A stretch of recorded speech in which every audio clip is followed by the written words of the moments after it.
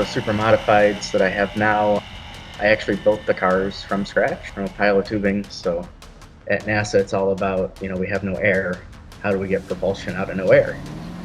Whereas with the race car, it's how do we utilize the air to make downforce and create the most load on the tires possible so you get faster cornering, right? So it's kind of night and day, completely different worlds, but the basics and the background's the same. Racing is and always has been a family deal. My grandfather raced, my uncles raced.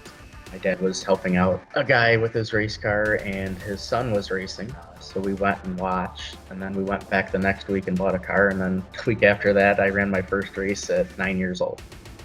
My father-in-law used to race these type of cars, so my wife and kids are there. And my kids are my biggest fans. My daughter especially just loves it. And to see her face and how excited she gets when you say we're going to go to the racetrack, it kind of melts your heart. That was a big part of growing up for me, and really made me appreciate cars and design in general.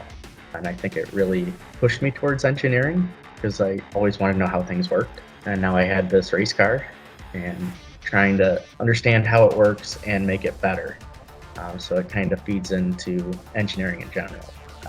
There's just amazing people, as you'd expect, that work at NASA that are, we're problem solvers. So, give us a problem and we'll figure it out one way or another. We're actually the agency lead for electric propulsion. It's pretty cool knowing that, we develop the thruster here at NASA Glenn, and it's going to power the power propulsion element.